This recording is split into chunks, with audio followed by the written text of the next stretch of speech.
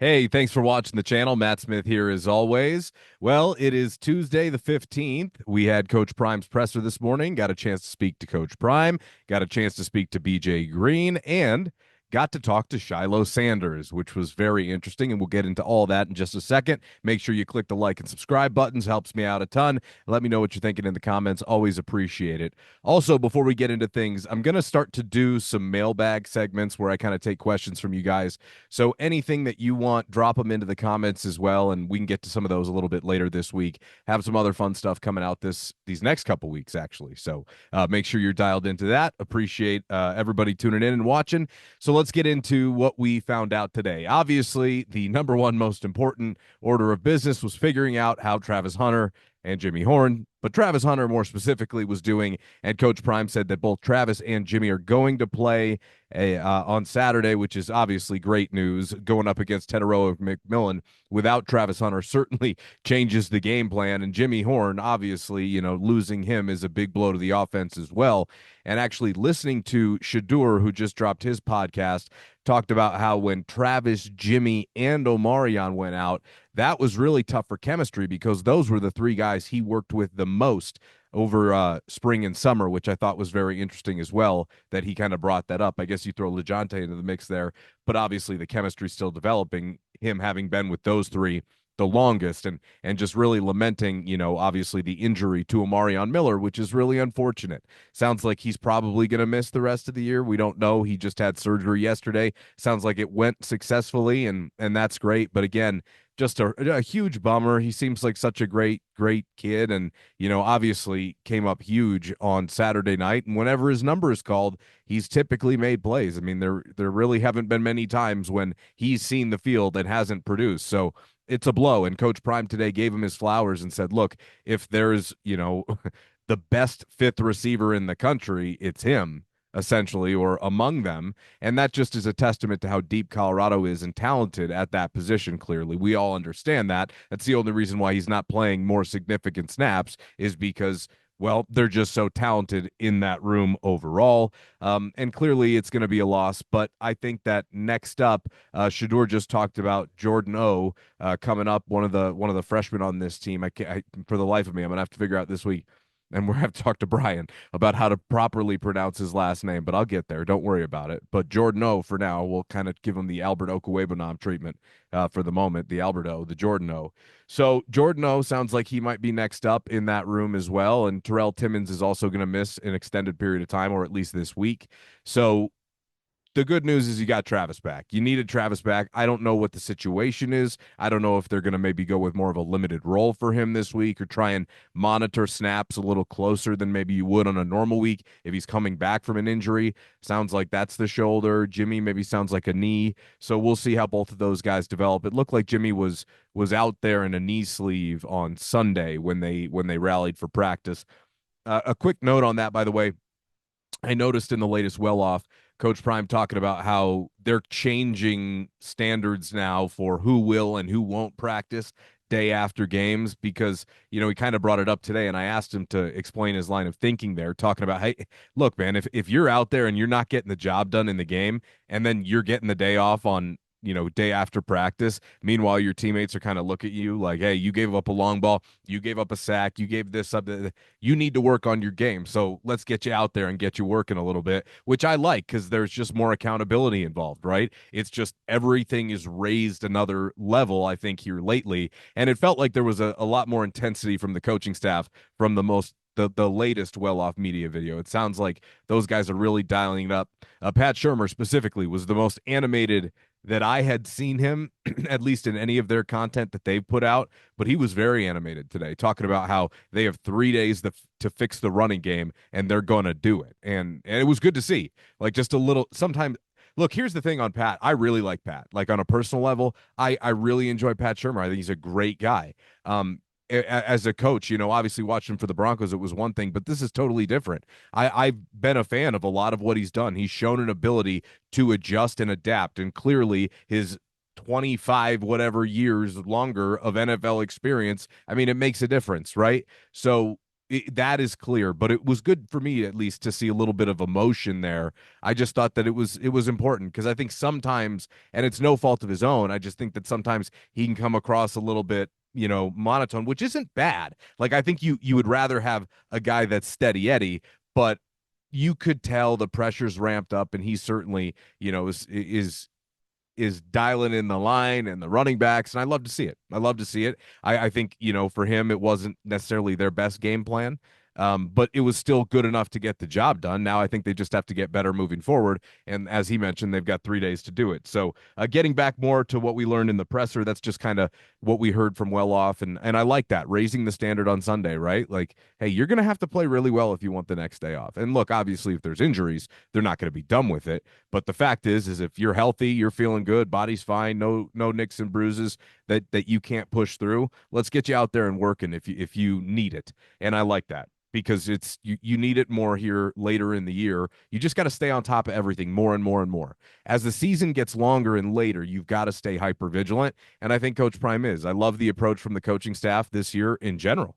Really, after the Nebraska game, I think those guys really kind of took everything up to 11 and they've been dialed in. And then, the one thing before we get back too much to the presser, um, the bye week lesson that they just learned, because they've got another one coming up here after the Cincinnati game after next week. I think it is really important to kind of reflect back on what you did over the bye, maybe where you felt like a lack of focus was, or a lack of, being dialed in was, or just having learned from the performance that you rolled out with on Saturday, coming off that bye and guarding against that happening again in a couple of weeks. So like you've got to, I think it's a great learning opportunity. And now let's build on it. Let's analyze, okay, how do we need to approach this maybe a little bit differently so we don't have the same results and we can, stay locked in. And maybe it's just ramping up the work level, maybe a little less time off. I don't know, but we'll see how it all plays out, obviously, in the future. Just something to kind of put out there. Um, Coach Prime also talked about how Isaiah Augustive could be getting the lion's share of the carries because everybody else has started and they're just trying to do different things to see what works. I applaud him for that. I think it's time. Isaiah has proved when he's touched the ball that he's got a little jump to his game that I think the other guys don't. And I think that's important to get in there and to feature and to flush out because he's their biggest back. I think he's their best downhill runner. I think he's their hardest runner. Michael Welch is a hard runner too, assuredly. I just think Augustive has a speed factor and a burst factor to him, an ability to maybe shake a guy loose that I'd like to see flush out. And if Shurmur's talking about improving the running game in the next 3 days, and they're talking about, Prime is at least Coach Prime talking about Augustive being their lead back, I think it's a pretty good indication that on Saturday we're going to see a good amount of Isaiah Augustive, and he's going to get his shot. And if he doesn't make it count, then that's on him. But here comes his opportunity, and every time that he's been touched the ball so far, he's made plays. So I expect him to make some plays if they allot him that opportunity and if the game dictates it. So I'm looking forward to that. Again, I credit them for that. Coach Prime and Pat Shurmur also mentioned the key to that, though, is opening up some holes in in that offensive line and driving some guys backwards. I was kind of going back, and as I watched this back, there's just too many times where you're seeing the line get pushed like 5 yards back in the backfield, or just not get off the line at all, especially in the running game. And I think I was probably pretty harsh on Dallin Hayden, but the truth is I just haven't seen it with him. Now that being said, part of that is because the line hasn't done a good enough job, but they're never going to do like the best job, which is why it helped to go into 11 personnel. It's just not the best group overall. So you have to scheme different ways and get it, up and humming again, get the 11 personnel, help them out with the tight end. Let's open up the running game, maybe some more under center. I'd be interested to see some of that. I think Augustive could be a really good runner from under center because I think he's a guy that really benefits from having that head start because he can hit a hole and he can go. So I'd be curious to see if they bring back the pistol a little bit more. Pat kind of reverted back to the 10 personnel that he told us he would at the bye week, and it totally bit him in the ass, I thought. And they're just not at their best when that's where they're living. And I think that even if you're still throwing the ball a lot, like you've got to do it more out of 11 so it just looks more deceiving. Like I don't think you have an option on that one. And Coach Prime also talked about how, look, Arizona's a really well coached team again, and he gave tons of credit to Noah Fifita, their quarterback, and Teteroia McMillian, their receiver, called him one of the best in the country. He's elite. I mean, he is elite. He's got some NFL skills right now that are elite, and Coach Prime feels the same way. And thank goodness Travis is going to be back out there because, in my opinion, and this is real, outside of maybe Will Johnson at Michigan and Jeremiah Smith at Ohio State, when they play, this is the best individual matchup we'll have seen all year. These two are unbelievable players, the both of them, and I can't wait to see them go head to head. I think it's going to be really exciting.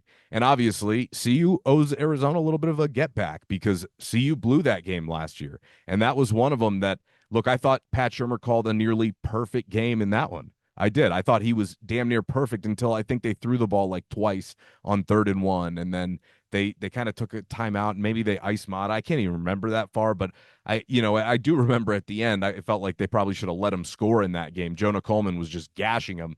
And I think they were short on timeouts with like a minute and a half left. I thought it would have really benefited them to just kind of let him go. And Coach Prime, I remember afterwards, said we're trying to stop him. And I just felt like philosophically, you kind of just got to know when to hold him, know when to fold him. And last year's defense was different. But obviously, you watch that game, and, Shiloh was asked about that. We'll get to some of Shiloh's comments here in a minute. But Shiloh was asked about that, and he was kind of, saying, look, you can watch that for their players, but it's a whole new coaching staff. So you just don't really take a ton out of that, except for, you definitely watch the film and kind of see how the guys move and their tendencies, et cetera, et cetera. But from a game plan perspective, I don't think you're going to take too much out of that in general. And certainly they're on top of things, in that regard. I don't think they were unprepared necessarily. Excuse me. I don't think they're really unprepared necessarily for anything that Kansas State did. I just thought it was a failure in execution, and maybe to a degree, maybe that little trap and maybe some of the communication on the defensive front and the ability to kind of adjust on the fly. But they know they've got to be better. Everybody does. Coach Prime is right on them. I mean, he's on them like a Christmas tree. You know what I'm saying? Lighten them up. And it was interesting because he said, look, some of you are starting to believe what they're saying about you, and that was a mistake. And he kind of went around the room and pointed out the guys that he feels like he can rely on a week-to-week basis, and the other guys he kind of called out like, hey, you're not that guy. And so if you're not, you don't make the mistake of thinking you are, because that is a classic pitfall. Don't fall into that trap. And I think it was interesting. He brought up how Fifita and McMillian have somewhat of a similar connection, like Shedeur and Travis do, right? Which I think is also interesting because it's kind of true if you look at it. Those two guys make a lot of plays on the fly, just like Shedeur and Travis do as well. And certainly from a quarterback receiver standpoint, one of the more lethal combinations in the country that can beat you at any point. So you've got to be on your guard, certainly, and they've got to be better overall, I think, in coverage to not, at least in one-on-one situations, get beat deep sometimes, because McMillian can do that to you. And it's not just the deep, it's the slants that turn into 60-yard pickups, because this guy, once he gets the ball in his hands, is an absolute nightmare. He's big, he's fast, and he covers a lot of ground with every stride, so he pulls away and accelerates pretty quick. This is a load that they're going to have to deal with, and he got them last year pretty good too. He had a nice game in Boulder as well, so they're aware of who he is. Coach Prime gave him his flowers. He knows. The one thing that Coach Prime kept coming back to is how much that one still stings. And I kind of went back and forth. And if you haven't listened to the latest podcast with Brian Howell, make sure after this video you go to his channel and you watch our recap of that Kansas State game and kind of looking ahead towards Arizona. But he and I went back and forth because he was like, I think a blown lead like the Stanford game is like blowing a game. Not the way they did here. And I'm like, no, this is the definition, in my opinion, at least. And we kind of got back to the same page that this was a blown opportunity, a massive one, especially considering if you look around the Big 12, Cam Rising's out for the year. That game looks different. Oklahoma State looks different. Kansas looks different. The finish looks different, which is why this one just kills you, man. And you can tell it's eaten at Coach Prime, as it should. He's that type of competitor. Those are the ones that sting the most. The ones you should have had against a team they said is better than you, but you knew they weren't on your home field. Those are ones that you wake up and you just it eats at you. And so afterwards, he kind of said something, and at the end of the press conference, he said something in jest, but he meant it. Like, okay, like I dealt with it. I'm doing the best I can to move on because that one just it's gnawing at me. It's gnawing at me. Why? Because they didn't play up to their capabilities, and if they had, they beat that team. They probably beat them handily, actually. So, but again, what is it? If ifs and buts were candies and nuts, then every day would be Unter Dongfest. Isn't that what Dwight says in The Office? Something like that. Correct me in the comments. What is it? I'm not going to look it up, but just remind me in the comments what the actual phrase is. He talked about how he loved that they didn't quit. And obviously, they didn't quit. They showed great resiliency. Again, they should have won the game. So you love the final push. But, thinking back on it more, Shedeur did have the ball in his hands. And again, he's without some of his trusted receivers, and I had no problem with the decision for Will Shepherd. I just thought maybe we do things a little bit differently on the final drive, but I think that's also a microcosm of the fact that their quick game just isn't dialed yet. The crossers work so well. Keep that in the offense, that every week. Those plays to get guys the ball in space with a position to break a tackle and get you a 10 to 15-yard gain and maybe bust one loose. Like, I need to see that consistently in the offense. And I think Shedeur has to understand that a little bit more too. He talked about in his podcast how he thought they executed really well. They were able to have a lot of success in the passing game, which clearly, look, guys, he was 34 of 40 for 388, 3 touchdowns and one bad pick. But it's like some of those sacks, you can avoid those negative plays have to stop.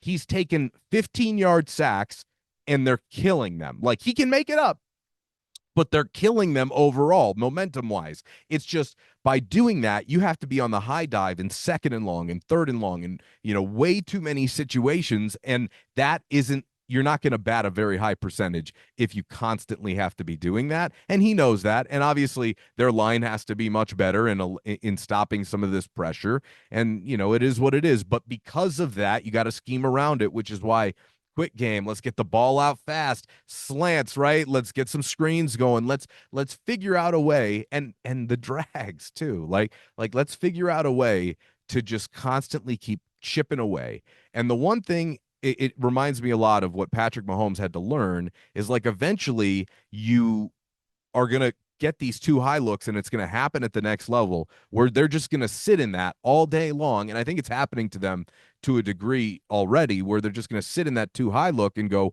we're not going to give you man coverage because we know what you can do against man coverage. We're going to try to be in as little bit of man for the most part with telling you what it is pre-snap that we possibly can be, because we know we probably don't stand much of a chance holding up if we're not getting to you in the backfield. And so I think Shedeur sometimes is constantly looking for those second, third level throws. And I don't think that's a bad thing, because there's nobody in the country that strikes those like he does.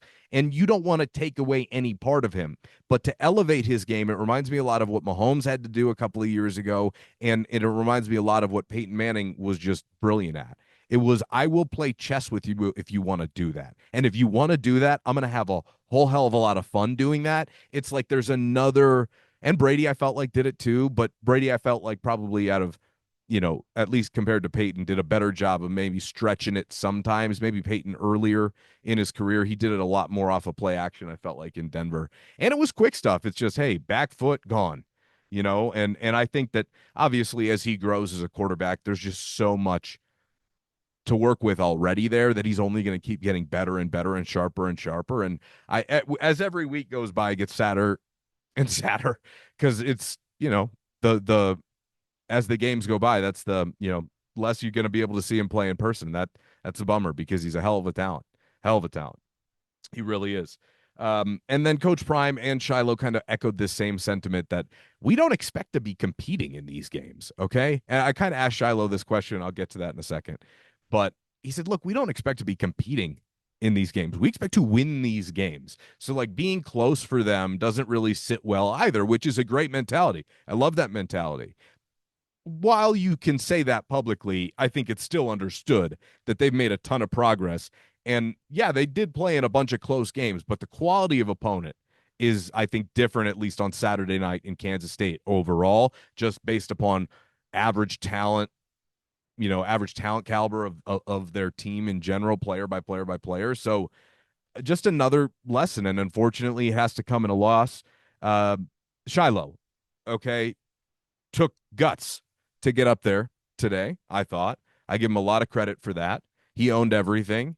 Um, he is a really he reminds me so much of Coach Prime in so many different ways. Um, I like Shiloh a lot. I think he's a really good young man, and I'm really sorry for him that you know it hit him like this because nobody likes to have their worst day. And when your worst day as someone his age, as a young man, is on national television, that's hard to deal with. Okay. Especially when it's so obvious like that. And with the magnet you are, again, look, you got to play better. I found myself today definitely having a lot of sympathy for him. And I did the other night too, because I knew what was coming, but it just speaks a lot to who he is. He got up there, he dealt with it mature. I think there were definitely some times that he got frustrated, but he did a really good job of restraining himself because he's a very, very bright young man as well. And he deserves a lot of credit. It's a testament to his character. And I don't know if that was something that Coach Prime discussed with him or told him he was doing, but however it went, I think it was important for him because it shows personal accountability, right? And not to mention, I think the fan base at first I said, wow, because he definitely didn't have to do that. At first I was like, oh, we're getting Shiloh? Well, okay. Because he's very prideful, as a lot of guys are, but he's just a nobody wants to have to go up there and answer those questions. Like, here's a great example. I have a really bad video, I have a really bad podcast in my previous job. I had a really bad show. I don't have to go sit and do a press conference about it. Like that takes a lot. It just takes a intestinal fortitude to be able to be comfortable with who you are, and he is, and so are all these guys. And he stood up there and faced the music, so he deserves credit for that, while fully acknowledging, as he did, that he's got to be better. And he's coming off of that injury, and he definitely was rusty. And he just the one thing that I feel for him, and I said this after the Nebraska game, is that it's his senior year. This is the last go around, and for him, it just at this level, who knows what it looks like at the next level. So it was an important year for him to put some good tape out there for sure. And I think just you don't want to be missing out on anything. And those are his guys, and that's his brother and his dad, and Travis, and his other brother. And it's a special connection. And to have to sit on the sidelines and watch these guys do it, it's not easy. It's not easy, especially when this is the last rodeo and you all have been together for so long. You want to end it on a positive note, and to be part of the reason that he definitely felt like that that was led to that led to the loss. He wasn't the reason, but I think he had like close to 10 missed tackles. It was brutal. You go back and watch that tape. So he knows he's got to be better, and he called it the worst game of his life. And look, I expect him to be much better. I do. I do. He's just got to dial back the home run hitting potential and show us that you can hit singles and doubles, because those guys hit leadoff and those guys get paid too. And quite frankly, they're probably more valuable because the guys who only drop bombs, unless you're hitting like 50 a year, you're probably not sticking around too long because you probably strike out at too high of a rate, which he did the other night, just whiffed. And that happens. And I expect him to be better. I do. But you definitely have to tip of the cap to him for doing that. And he's hurting. So I got some sympathy for the young man, assuredly, and I'm rooting for him to have a big bounce back. And he was asked about Carter Stoutmire, and as the true competitor he is, he didn't want to really give him his props, which I respect that too, because that guy's coming for his spot. And as a competitor, you deserve that spot, so go show it now. But the truth is that he has pressure, because if he doesn't, Coach Prime's not going to have much of a choice, and I think he will. So I don't even think it's worth the overall conversation. But if we get there, Carter has earned the opportunity to prove that he can do better if that performance is replicated. Again, I don't think it will be. I think Shiloh's going to be much more dialed in this week, and I expect a big bounce back as he continues to get back in shape from that injury too. BJ Green spoke. This kid is really bright. And he's not even. Excuse me for calling him a kid. He's not a kid. He is a man. Okay, and he's just I don't know, he's just very articulate, and he's an intellectual, and he gets it, and he's a really good leader, and that's been a really good addition for them. And he had 2 sacks the other night. He really started to come on, and talked about how he spent the first 5 weeks up until the bye and at the bye kind of reevaluating the first 5 weeks, and said it's way below his standard, and that he expects to be the guy that he showed against Kansas State. And he said, quite frankly, that's who he will be. Not that it's just the expectation. That's what will happen moving forward. And he's very confident in that. And look, he was voted all Big 12 in the preseason by the Big 12 media. This is someone that is thought of very highly, and it was definitely below his standard of play the first few games of the season. I expect him to start turning it on here as we get later and later and later in the year. And, talked about Tajay McCoy and kind of being that leader for Tajay and kind of showing him the ropes so that when he's gone, Tajay can be the guy that younger players look up to. And certainly Tajay's coming along too. He had himself another moment the other night, and he's starting to build on those moments, which is good to see. Let's see. He also talked about the dam breaking.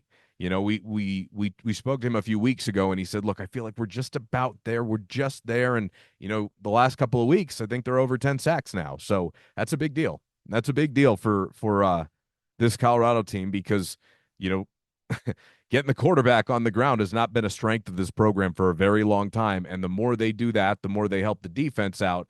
Unfortunately, we just didn't see what it looked like at Central Florida, where they had the pass rush and they had the rush defense. That's where it kind of splintered here against Kansas State, and I expect them to dial that part back in. I mean, Coach Sapp, Coach Lewis, Coach Dancy, those guys will be on it. Those guys will be on it. And, as they've said all year, which, I think this has kind of come in with Coach Sapp, or at least Coach Lewis, but the concept of earning the right to pass rush. And you do that by stopping the run. They've got tremendous defensive line coaches. I've been really blown away by what Sapp and Lewis, and obviously, I mean, these guys, but you never know how it's going to actually translate. But so far, you've got to be impressed, in my opinion. You definitely have to. Again, I thought it was an intense vibe today in practice from what we could see at the well-off media. I love Shurmur's attitude, just a little bit more energy and a little bit more pressure. Andre Hart gave a great speech today, their linebackers coach, and I loved that. And there's just they're not going to let these guys slip. Like right now, you've got to just stay on it and just be hyper vigilant and bring everything together. And I think they're doing a good job of that. This is the first real pass heavy team I think they're going to have played in Arizona. Now they can run the ball a little bit, but they want to throw the ball around, which is a great opportunity for those pass rushers coming up on Saturday in Tucson. And maybe we start to see some really big moments on third downs where, hey, you're getting home consistently, and now you're starting to be a force to be reckoned with, overall. If they can replicate what they did against UCF, that's a big deal. But Fifita's more mobile, and I felt like, they really didn't let Avery Johnson kill them too bad in the running game, which I think could have happened, and they did a good job with contain. They're definitely better than they were to start the year, which is a really good sign. And again, it's going to be a lot of fun if Travis is a full go to go up against McMillian. I don't know what percentage he's going to play at. Just don't over leverage him would be my advice. Now that you're deeper at corner and now that you're deeper at receiver, okay, Omarion's not there, but you still have LeJontay, and if Jimmy's going to play Jimmy, and you still have Shepard, and you still have Draylon Miller and Jordan O's coming, and you got guys that can contribute there, and Caleb Mathis. Don't forget about Caleb Mathis now. So I think that if you had to maybe ease off some of Travis's snaps offensively to make sure that he is dialed for McMillian defensively, maybe you do that this week. Maybe you do that this week just to make sure you get the very best of him, because McMillian's a dog. He is a flat-out dog. And if you do not put a leash on him, he's going to run wild. That's just the truth, okay? And the last thing, I kind of want to bring it back to Shedeur. As I was watching some of this back again, I just don't think he gets enough credit for what he does, considering what he's got to work with around him. And it's not that he doesn't have one of the better receiving cores or the best receiving core in the country, because I think he does. It's just, with a run game that's, it's okay. I mean, they've had a couple of good weeks with it. They've got to get back to it because otherwise they're not going to have the type of success that they just experienced if they don't start running the football. Again, 120 yards, like that is the target number. And for Shedeur, you've got to mix in some Shedeur run game too. I think that's when they're at their when they're at their best because he's a threat to run. And then you've really got the defense guessing because not only is he, but you've got you got Augustov and you've got Welch and Hayden and even some designed runs or some read option where he's sliding and not kind of like barreling down where you can pick up good chunks on a 2nd and 5 or a first down. I kind of like that. I kind of like that because I just think that that's when they're their most threatening and their most difficult to defend offensively is when he does have the threat to run and when they're operating methodically, which is what they did on the 21-14 drive. Now, again, that I don't even think they ran the ball once there, but it wasn't in a hurry, but it was because they were chunking and when you can pick up those easy completions and have those drive starters, we talk about these slow starts, and this is one that I think, again, is important to bring up. We talk about slow starts. They're just not a consistently fast starting team, but again, I think that's the quick game that's not dialed in. Like if you set up the run with the pass, run with a gustive, then I think, hey, now that's when I think Colorado looks their best. We're getting the ball out quick. Here's Shepard in space. Now I'm going to hit you with Wester in space. Here's Travis. And now we're, bam, Augustov. Like that's the type of stuff that I want to see them get back to. I felt like we saw that more against Central Florida for sure, but definitely against Baylor too, right? Like I mean, they didn't rush for 100 yards, but they stayed more committed to the ground game, and it definitely helped them. And of course, what they did against Colorado State. So I think they're building. I think they're still trending upwards, but this is an important game because if you expect to be in the Big 12 race, you're coming back from Tucson with a win. So it's another test. It's another great test on the road, and it's not going to be a scorcher in Tucson. It's supposed to be like a high of 73. So should be a great day for some afternoon ball down there in the desert, and I'm looking forward to it. So that's going to do it for today. We definitely have more to get to here coming up the rest of this week. Appreciate you for tuning in. Again, like and subscribe. We'll talk to you soon.